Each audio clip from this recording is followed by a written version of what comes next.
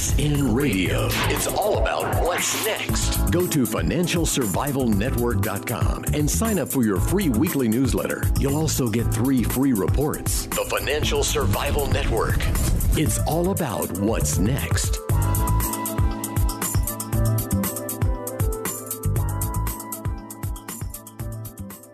Welcome. You are listening to the Financial Survival Network. It's Kerry Lutz. The date is May 11th, 2015. That's 5/11/15. I don't know what that means. If you're into numerology or the Kabbalah, maybe you can tell me, fill me in on it. Not another blood moon coming up for at least a few months. I think it's October, September, whatever. Doesn't matter. What's more important is John Rubino, dollarcollapse.com, is with us now, co-author of The Money Bubble. Hey, by the way, webinar coming up May 20th. You're definitely going to want to see this one, and I do mean see. It's audio and video, whichever one you prefer. Just check out the website, financialsurvivalnetwork.com. If you haven't opted into the mailing list, do it now.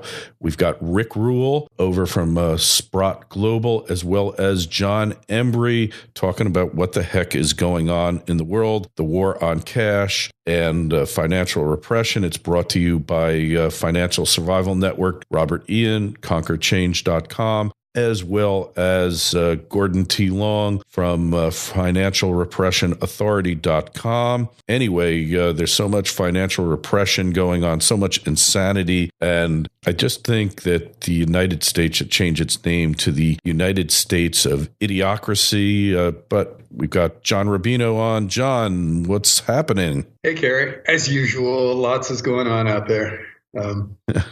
We could start with kind of an interesting side story, but one that illustrates a really important principle at work in the world right now, which is currency pegs. You know, when one country decides to basically outsource its monetary policy by pegging its currency to another, usually it's the U.S. dollar. That's in theory kind of a restful policy, because then you don't have to worry about a lot of the really divisive issues like whether to institute quantitative easing or whatever, and you just get to ride along with your currency being pegged to this other presumably better managed currency. But the downside of that is that if the underlying currency that you've pegged to is managed badly, then you suffer along with that country. And China is a good example of this. They for years and years have operated with a peg of their currency, the yuan, to the U.S. dollar. And as long as the dollar is well managed, that works well. But over the last year, the dollar has really spiked. And so that's now making China kind of collateral damage in the currency war, because basically what's happening is the Chinese yuan has been stable with the dollar for the last year, which if you just look at that chart, it looks like it's a well-run currency, it's holding its value, et cetera, et cetera. But if you look at a chart of the yuan versus, say, the euro, you see it's up by 20 or 25% in the last year, which makes Chinese exports, which are priced in yuan, more expensive on the global markets. And, common sense and basic economics would say that should be bad for China, that they'll sell less overseas, their economy will slow down. And so lately, that's exactly what's been happening. You know, some headlines that I post in the latest article on the subject is China growth slowest in 6 years. Another one is China imports fall sharply in April. And the last is China cuts interest rates to 5.1% as economy slows. So you're basically seeing in China exactly what you would expect to see with a currency that's strengthening versus the rest of the world. So now China faces kind of the same dilemma that the U.S. does, because we're here threatening to raise interest rates still, but that would make the dollar even stronger, presumably, and slow down the U.S. economy even more, which is currently slowing down in a lot of ways, but it would impact China even more dramatically because they're an export-based economy. So in the year ahead, China is going to come under a lot of pressure to break the peg with the dollar and to devalue its currency, which is to say that the currency war, which is a race to the bottom in currency exchange rates, is still going strong. And it's just kind of shifting from one battlefield to another. Originally it was, or lately it's been the euro and the yen that were very weak. And those economies are kind of stabilizing now because they've got a weak currency that allows them to export more. And meanwhile, the US and China, with extremely strong currencies, are starting to suffer. Our exports are also down. And a lot of, especially in the manufacturing sector, a lot of indicators for the US are pointing towards a dramatic slowdown, including GDP in the first quarter.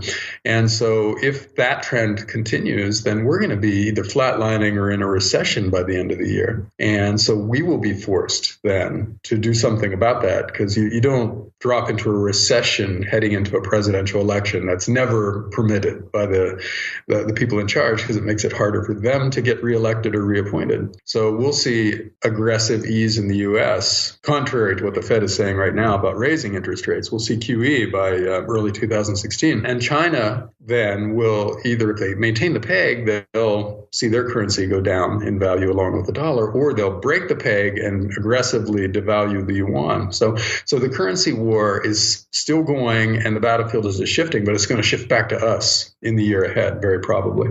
And what's going to be the U.S.'s response? Is this QE4 forever? Something like that. Yeah. We'll eventually have QE as the new normal, where we're just going to do it. We're just going to buy bonds in the open market, which is to say, pump out newly created currency into the banking system forever. There will be no way around this, because we owe so much money that that's this huge headwind that isn't going away, because we're continuing to borrow more and more money, which is making it harder and harder to grow, which is making it more and more necessary to create more currency to keep the economy from dropping into a recession, which could become a depression with all this debt. And there's no real solution within the range of what we've tried so far. There's some even more experimental things out there that probably will be coming. One of them is aggressively negative interest rates, which is an offshoot of the war on cash. They're sort of the same concept. They want to push interest rates down to very negative numbers to punish savers and reward borrowers, to get us borrowing and buying stuff again. That's the only tool that they've got. And that to them is the solution to every problem. But they pushed interest rates down to zero, and it didn't work. So now their only solution beyond that is to go negative. But people won't keep money in the bank if they have to pay the bank 2 or 3% a year in return for owning a CD. So people will pull their money out of the banks and keep it in cash. And so the government's next step is then to make it really onerous or impossible to do that, to own cash, and they're trying various ways. Some countries are taxing bank withdrawals. Now, you take money out of the bank, they hit you right up front with some kind of a penalty. Some economists are proposing that we create kind of a two-tiered currency where money that's kept in the financial system, in banks and brokerage accounts, depreciates at a slow rate, whereas the money that's kept as cash depreciates more quickly, which is basically the same thing as taxing cash. So they're trying various trial balloons right now to see what works and what's accepted by the public. But the ultimate goal is to go to an all-electronic financial system where people don't have any way of transacting privately anymore. So there's a lot of, obviously, privacy issues and civil rights issues that are intertwined with this. But the immediate impetus for it is the fact that economies can't seem to function with this much debt with only zero interest rates. We need even lower interest rates, in the opinion of economists, to get a recovery going. And the only way to do that is to make cash illegal. So we're in the twilight zone now, Kerry. And it doesn't look like there are solutions beyond this. In other words, it doesn't look like there's anything in the commonly used toolbox of financial and economic policy that will work. So they're going to go even more and more experimental and even more draconian and in a lot of ways fascist. And I don't think I'm using that word inappropriately here. This is, besides being extremely disadvantageous for savers, which, they're really the people we should be encouraging in a functioning capitalist society. Besides that, there are also so many civil rights issues here where the government takes absolute power to monitor everything we do and therefore to control everything we do. When all financial life is electronic, when it's all online, that means it can be controlled by the government. They can make your bank account just disappear and there's no one for you to call. So this is the kind of thing that's terrifying, but logical in a perverted kind of way. Flowing from the policies of the past and leaving us with no option except these really experimental, really dangerous policies. It sounds like about the worst of all possible worlds that we could be experiencing here, John. It flows logically from what we've done in the past. So to these, to the guys making the decisions, it's not the worst possible world. It's just, managing the immediate environment, trying to get through the next election cycle or the next, corporate reporting period or whatever. So they're not thinking ahead, or most of them aren't thinking ahead. And the ones who are thinking ahead are the really scary ones. Most of them are thinking, period. You know that. That's why they're politicians, so they don't have to think. They have people to do that for them, right? Yeah. I mean, let's face it.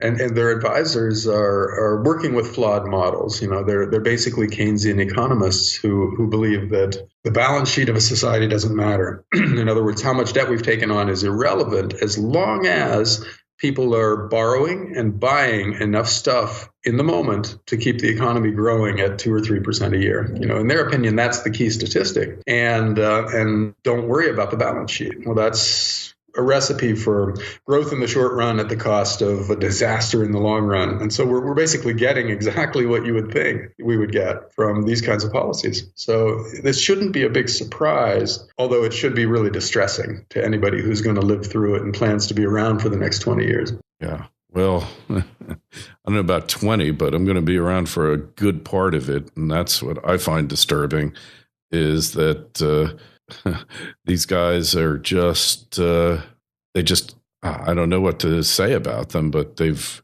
stood the concept of economics on its head. I mean, I mean, when you're pushing interest rates across the board to negative levels and then trying to ban cash, you are way out there. This is the kind of stuff that 10 or 15 or 20 years ago, most mainstream economists would have said either it's completely impossible or it's possible but extremely undesirable. Those would have been the two main reactions from most economists back in the day. And now we're getting it. We're getting this stuff. So it shouldn't be a surprise when we see the downsides of these policies start to manifest, which they will soon. I don't think you can go to a cashless society without a lot of turmoil, followed by basically a police state. And that's what we're trying to implement around the world. And we'll see if it happens without a protest that stops the process. And right now, it's not clear. It's not clear what's going to happen to stop it. Yeah, well, I don't see anyone trying to stop it. Do you? Well, you would hope that people would vote with their checkbooks and with their cash, and that we'd have some really massive bank runs around the world that happen too quickly for policymakers to take the next step and head them off. But yeah, right now we're not seeing it. People are basically acclimating. They're buying Swiss bonds at negative 0.5% interest, and they're leaving money in bank accounts that have negative yields. So I don't know. It might be one of the kind of a boiled frog thing where it's happening slowly enough that we're not noticing the changes. Your bank account used to yield 0.5%. Now it's negative 0.01%, and it's not a big enough change to lead you to believe that something qualitative has changed rather than quantitative. I don't know. But we can hope that the financial markets rebel at some point, and that stops the political process of getting rid of cash and making all our transactions completely transparent to the NSA and to the IRS. But you just can't know until this happens. This has never been done before, and so the process and the results are uncharted territory. This is, it's fascinating from a theoretical standpoint, but very scary from a citizenship standpoint. The world we're creating is very different from the one we grew up in. All right. Well, what about those job numbers last week? They didn't even, they were bashing the price of gold throughout the week, didn't really do a whole heck of a lot to it. But those job numbers, even the useful idiots saw right through them. Yeah, but I think the financial markets soared, first of all, on the news of the latest jobs report in the U.S. But I think they got it basically because the guys running money right now don't want strong growth because that will lead the Fed to raise interest rates. We'll feel like we have no choice but to lean against the wind of aggressive growth. But what the latest jobs report really was extremely mediocre, if even, and not the top number. The top number looked good, but under the surface, of just a few of the really disturbing statistics was that Americans are still leaving the labor force. The number of people who want jobs, who haven't given up and just stopped looking, that number is still shrinking, which is not a sign of a growing economy. And most of the new jobs that were created were part-time rather than full-time jobs.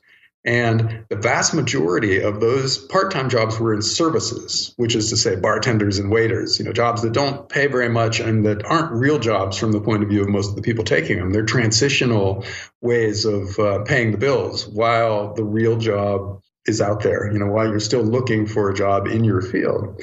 And then the vast majority of those jobs went to people over 55 years old, So for a normal mainstream would-be employee, somebody who's 25 to 55, and who's going to maybe try to support a family, there are no new jobs. And what you can get is a crappy job. And that's the state of the economy. So things didn't get dramatically better in the last month, even though we had this nice top-line employment number. And I think money managers actually liked that because even though the top-line number was politically attractive, it makes the average person who's only looking at the headlines feel like the economy's growing and the people in charge are doing what they should be doing. But under the surface, it means the economy is still growing very slowly. So the Fed, who looks at this, sees, rather than a boom, an economy that's just crawling along, not really accomplishing much. And so they're less likely to raise interest rates in the near term. And that's good for the financial markets in general. It means more easy money,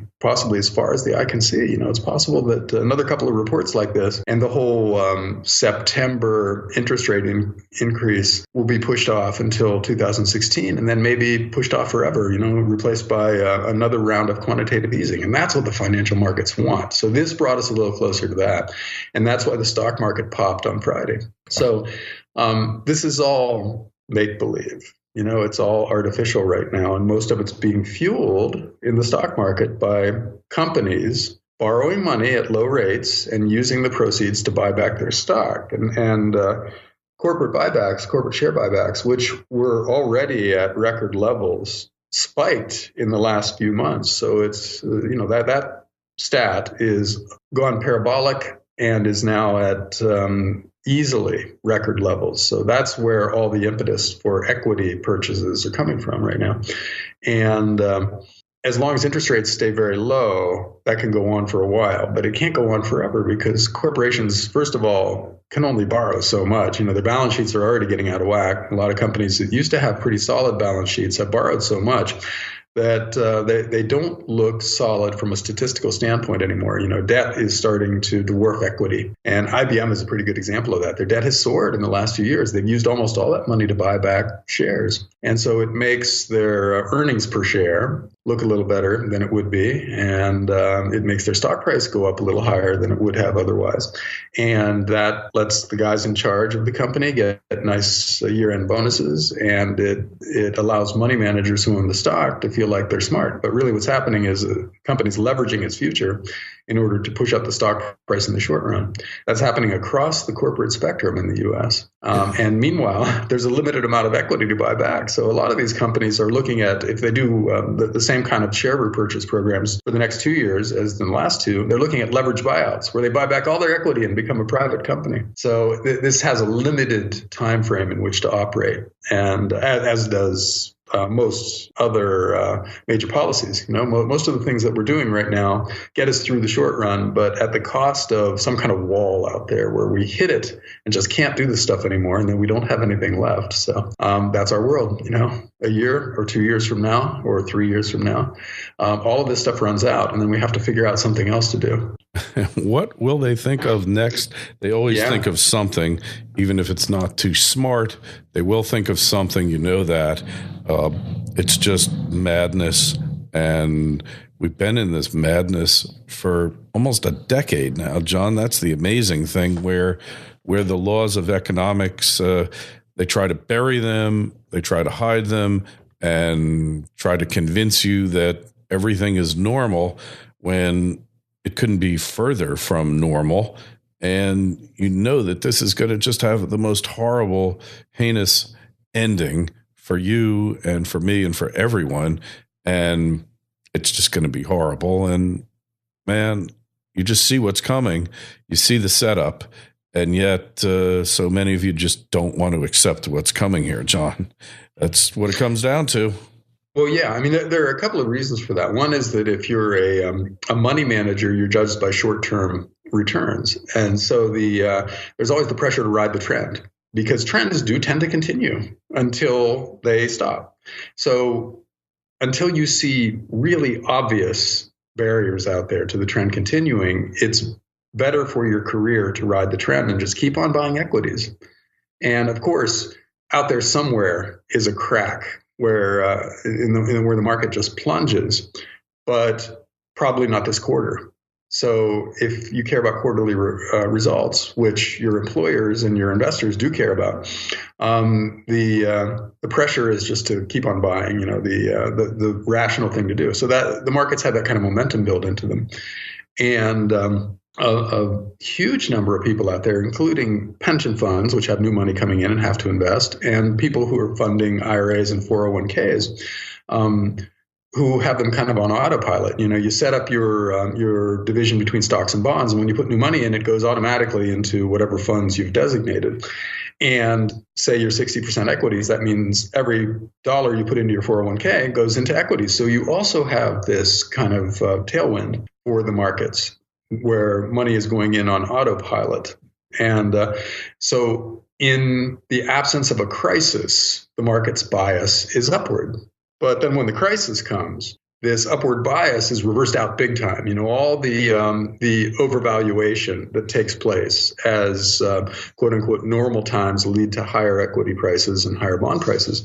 That will reverse out with a 2008, 2009 kind of crisis. And so we're building into the condition in the conditions for something like that to happen again, between margin debt at record levels and corporate buybacks at record levels, and virtually every valuation measure in equities and bonds at levels that we've either never seen before or have only seen like one time. With equities, PE ratios aren't as high as they were in 2000, but they're as high as they've ever been otherwise. So in other words, we're at levels that have preceded major bear markets in the past and will again at some point. So yeah, we've got a huge crisis coming, but we can't know whether it's this quarter or next year's first quarter or second quarter or whatever. You just can't know that. So you can't know when it's coming exactly.